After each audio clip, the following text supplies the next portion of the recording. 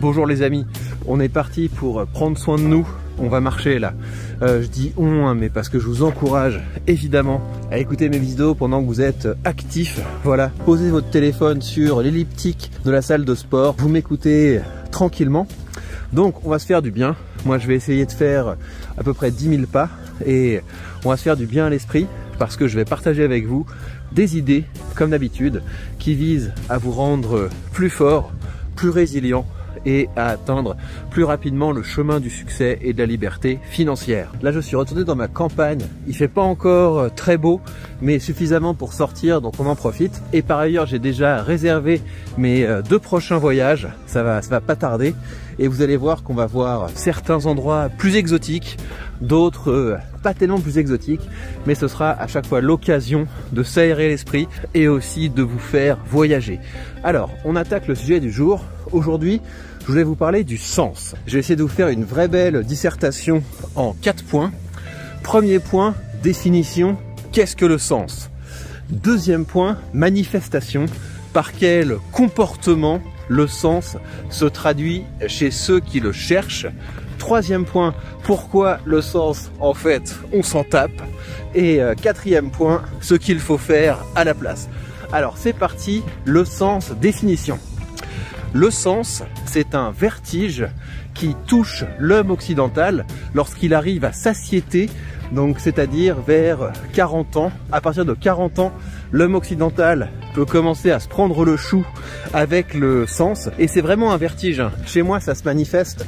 Par exemple, j'ai fait une bonne journée de vente, j'ai gagné 10 000 euros et je vais avoir à un moment, vers la fin de la journée, une fois que j'ai bien compté mes billets, une espèce de vertige.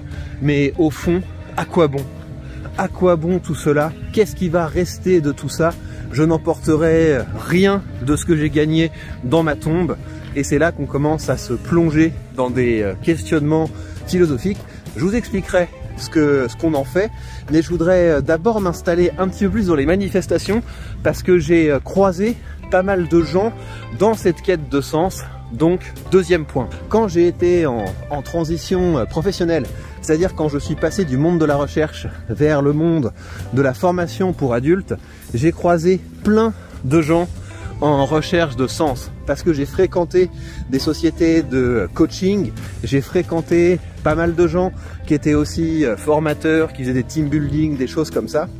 Et en général, le mec qui est dans une quête de sens, c'est quelqu'un qui a par exemple été, je sais pas moi, banquier d'affaires, quelqu'un qui a été trader, quelqu'un qui était en charge des achats dans une grande boîte et un matin, il se réveille et il se dit « Oh là là, il faut que je devienne moine bouddhiste, il faut que j'apporte des choses au monde, il faut que je fasse du bénévolat, etc. » Et ça, c'est dans le meilleur des cas, hein, parce que vous en avez, ça se passe dans un voyage en Thaïlande, entre 2 massages, bah, ils vont faire une méditation, et là ils se disent « Waouh, c'est deep !» Et ils commencent à remettre complètement en cause leur culture occidentale. Ils se disent « Ouh là là, finalement, le pragmatisme, c'est très très mal. L'homme occidental est très méchant. » Et les marchands de sens en profitent pour leur faire passer comme ça des degrés. C'est d'abord des petits scarabées. Après, ça devient des lamas aware. Enfin, j'en sais rien du tout. Mais bref, vous avez ces gens qui commencent à développer des philosophies non occidentales et qui remettent en cause tout ce qu'ils ont vécu. Si vous voulez un exemple de ça qui est particulièrement croustillant, allez voir dans le podcast de Mathieu Stéphanie qui s'appelle Génération Do It Yourself.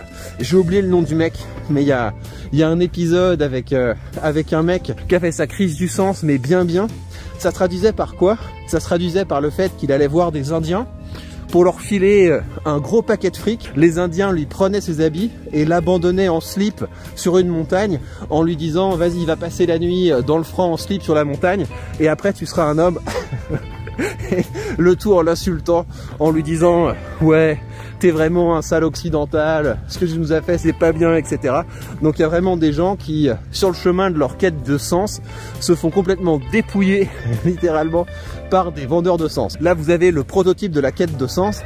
Je pense que c'est un truc qui touche peut-être moins les nanas, parce que quand vous êtes une femme et que vous avez des enfants, je pense que la notion du sens devient très concret, mais on y reviendra hein, parce que je vous dirai moi comment je règle cette quête de sens, et c'est effectivement lié avec des enjeux de paternalité et plus généralement avec des questions de transmission. Mais bref, les manifestations de la quête de sens, c'est ça, c'est vous avez des hommes occidentaux qui sont à satiété. Pourquoi c'est important à satiété? Parce que ça veut dire qu'ils sont hauts dans la pyramide des besoins.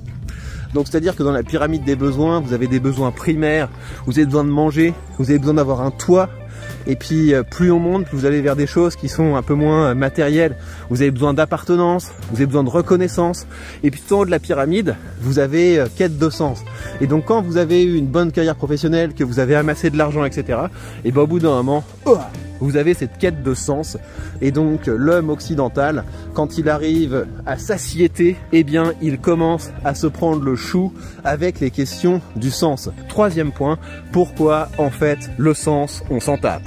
Eh bien tout simplement parce que cette question du sens, elle n'a pas de réponse. Par contre, vous avez plein de gens qui seront prêts à vous vendre des réponses. En fait, cette crise du sens, c'est lié au fait que l'humain, c'est le seul animal qui a conscience de sa finitude. C'est-à-dire que de temps en temps on a des petits vertiges qui sont liés au fait qu'aujourd'hui on est vivant, on ressent le monde, on a une conscience du passé, on a des espoirs en l'avenir, on a des craintes, etc.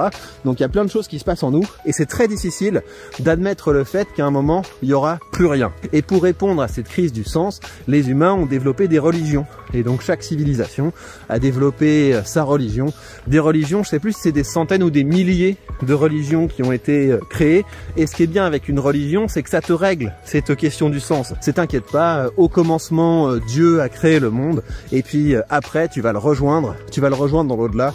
Ça se passera bien, tu vois, l'au-delà c'est un petit peu comme ici, mais c'est un peu différent, tu vois, c'est un peu plus brumeux comme ça, c'est un peu plus lumineux et blanc. Tu seras avec les gens que tu as aimés, il n'y a pas de problème. Donc en attendant, t'es bien gentil, tu arrêtes de te poser des questions existentielles et tu retournes bosser. Le problème c'est que dans les sociétés occidentales, on s'est pas mal détaché des producteurs de sens, et c'est pour ça que quand l'homme de 45 ans fait sa crise du sens, il va puiser des réponses dans d'autres philosophies, souvent dans des philosophies non occidentales, et il tombe sur des gens qui sont tout contents de faire passer en fait ce qui eux ont toujours vécu. Voilà, ils ont toujours vécu au sein de leur religion, que ce soit l'hindouisme, le bouddhisme ou je sais pas quoi, et ils sont tout contents de le refourguer aux occidentaux en leur disant non mais regarde, en fait le vrai truc c'est ça. Voilà, c'est ça la vraie recherche du sens, c'est vis l'instant présent, concentre-toi et je sais pas quoi. Et ça permet aux occidentaux de passer la seconde partie de leur vie en se disant ah mais qu'est-ce que je suis cool, moi je suis intelligent, tu vois, j'ai mis ma vie sur stop, je me rendais compte que j'étais trop dans la rat race, tu vois, et maintenant j'ai compris, maintenant j'ai l'illumination. Et donc ce qui se passe, et c'est là vous allez voir, on va un petit peu décoller, c'est que l'occidental, à l'heure où il a quand même pas mal de savoir, il a pas mal de compétences, il pourrait créer beaucoup plus, il pourrait apprendre beaucoup plus, il pourrait diffuser beaucoup plus, eh bien il se met sur off. Il est tout en haut de la pyramide de Maslow, comme ça tranquillement, ça y est, je suis dans le sens. Et pendant ce temps-là, partout dans le monde, eh bien tu as les gens qui sont encore au niveau plus bas de la pyramide de Maslow, qui sont encore en mode production et accumulation. Et c'est pour ça que l'Europe se fait complètement défoncer de plus en plus. Donc évidemment le côté impôts et taxes qui joue sur notre compétitivité, mais il y a une bonne partie de points de compétitivité qu'on perd parce que les occidentaux, quand ils font leur crise du sens, se font récupérer par des gens qui les mettent en mode méditation. Non, non, non, mais arrête de chercher de l'argent, arrête de chercher à grandir, arrête de chercher à progresser. Tiens, vas-y, assieds-toi sur ce rondin de bois et concentre-toi sur ta respiration. Voilà, concentre-toi bien sur ta respiration, tu vas voir, ça va aller beaucoup mieux après. Donc c'est pour ça qu'en vrai, le sens, vous devriez vous en taper, parce que très souvent, votre réflexion sur le sens, ce petit vertige que vous avez quand vous arrivez à satiété, ça va vous conduire à vous asseoir sur une chaise, à mettre dans votre téléphone l'application Petit Bambou, je sais pas quoi, et à commencer à vous dire je suis connecté avec mon ventre, je suis connecté avec le vent, je suis connecté avec l'air. Mais en vérité, vous êtes juste un gros blaireau assis, et moi, là, en marchant et en parlant, j'irai beaucoup plus loin que vous. Dernière petite chose là-dessus, sur les pièges dans lesquels peuvent vous emmener la quête de sens. Vous avez tout ce qui est autour du bénévolat et de l'humanitaire. Ça, je crois que c'est un truc qui est un peu plus féminin. Mais il y a un moment où vous allez vous dire, voilà, il faut que j'apporte au monde, donc je vais essayer de donner un maximum, je vais commencer à faire du bénévolat, etc. Imaginez que en faisant de l'humanitaire ou du bénévolat, en fait, votre culpabilité vous pousse à faire plus de mal que de bien. Est-ce qu'en donnant quelque chose à quelqu'un, quelque chose qu'ils n'ont pas été capables d'obtenir par leur connaissance, par leurs compétences, par leur savoir, par leur travail, est-ce qu'on leur fait vraiment du bien ou est-ce qu'au contraire on les enfonce un petit peu plus dans la dépendance? Est-ce que vous n'êtes pas finalement en train d'essayer de vous soigner mais en diffusant un véritable poison aux autres? Donc si cette quête de sens est une impasse, que faut-il faire? Que faut-il faire quand on a cette attaque de sens, quand on est confronté face à ce vertige? Un jour il n'y aura plus rien. Pourquoi? Comment? Qu'est-ce que? Quid? Eh bien, je dirais que la plupart du temps, quand vous avez une attaque de sens, vous avez intérêt à vous la carrer derrière l'oreille et de vous remettre à bosser. Il faut vraiment vous dire que ce sentiment de satiété, c'est une illusion. Vous avez intérêt à passer un maximum de temps dans les premiers niveaux de la pyramide de Maslow, ces niveaux où vous avez la dalle, vous vous dites je n'ai encore rien fait, je n'ai encore rien accumulé. Et ce qui est bien, c'est que si vous vous comparez avec des gens qui sont milliardaires, multimilliardaires, vous avez une mesure assez claire, assez concrète que vous êtes encore une poussière et que vous avez intérêt à bouger votre popochka. Et je voudrais que vous compreniez bien que cette réponse que je vous ai donnée à comment gérer la quête du sens, ça peut vous paraître quelque chose d'un peu bourrin, mais en fait c'est plus subtil que ça en a l'air. Dites-vous que la quête du sens, c'est ce qui détruit les civilisations. C'est quand une civilisation commence à se mettre en mode où va le monde, qui suis-je, que fais-je, finalement, est-ce que je vaux plus que le moustique ou l'escargot? C'est quand on commence à se poser ces questions stupides qu'on perd du temps, qu'on se fait distancier dans la course. Et il faut vous dire qu'avant vous, là, le petit occidental bedonnant, je sais même pas si vous êtes bedonnant parce que ça se trouve que vous avez du temps pour faire du sport, etc. Le petit occidental qui arrive à satiété, dites-vous que pour que vous puissiez bénéficier de cette prospérité qui vous permet de vous prendre le chou avec ces questions de sens, eh ben, il y a peut-être vos grands-parents ou peut-être vos arrière-grands-parents qui ont connu la guerre, qui ont galéré, qui se sont battus pour que vous soyez libres. Sans parler de tous les entrepreneurs avant vous qui se sont eux aussi battus, qui ont travaillé sans compter leurs heures pour que vous puissiez être tranquillement en train de méditer avec votre application Petit Bambou. Vous croyez que vous êtes des gens bienveillants de sortir de la rat race, vous êtes des gens bienveillants de ne pas chercher à produire. Non, sortez-vous ça de la tête, vous êtes des enfants gâtés. Donc si vous ne voulez pas que votre civilisation disparaisse, que toutes les grandes œuvres et les grands hommes qui vous ont précédés partent en poussière, vous avez plutôt intérêt à être plus productif parce que pendant que l'Occident ronronne, repue, le reste du monde a la dalle. Donc collectivement, en tant que civilisation, on a intérêt à beaucoup moins se prendre le chou avec ces questions de philosophes en toge. En toge les mecs. Et une toge, c'est un peu comme une robe. Sortez-vous de la tête que croissance, accumulation et productivité sont des gros mots. Il faut vraiment qu'on soit les clowns du monde pour avoir accepté de se persuader de ça. Mais pour finir, si j'en reviens à une échelle individuelle, le sens pour moi, c'est les enfants. Et plus généralement, toutes les personnes que vous aurez réussi à influencer positivement.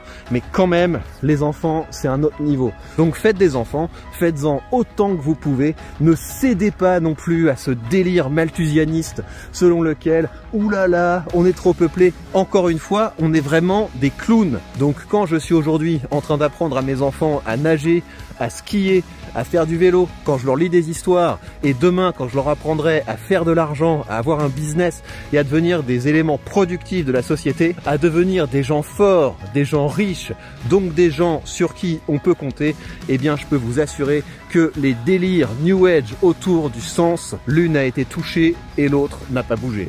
Et la première étape, bien sûr, à tout ça, c'est que vous commenciez à créer de la richesse pour vous-même.